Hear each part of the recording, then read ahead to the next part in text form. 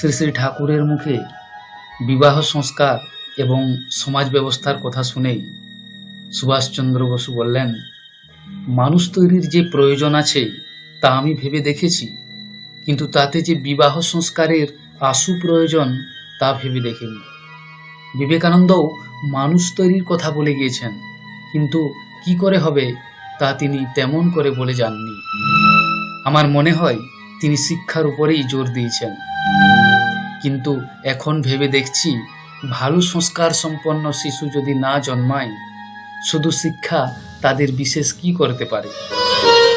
বীজ থেকেই গাছ হয়, আর বীজ ভালো হলেই গাছ ভালো হবে, এটা আপনার কথা শুনেই বুঝতে পারছি।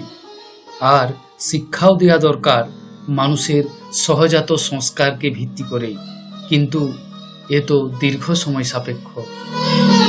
উত্তরে শ্রী শ্রী ঠাকুর বলেছিলেন, দীর্ঘ সময় তো নেবেই। আমরা তো এতদিন জাতির বা সমাজের জন্য কিছুই করিনি। গলদ যা জমে গেছে তা সাফ করতে সময় নেবে বই কি। কোনো শর্টকাট প্রোগ্রামে জাতির সত্যিকার কল্যাণ হবে বলে তো আমার মনে হয় না। বন্দে পুরুষোত্তমম।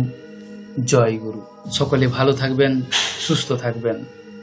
শ্রী শ্রী ঠাকুরের এরকম অনেক সুন্দর সুন্দর কথা শোনার জন্য চ্যানেলটি সাবস্ক্রাইব করবেন, আর হ্যাঁ, পরিচিত সকলকেই অবশ্যই শেয়ার করবেন। ধন্যবাদ।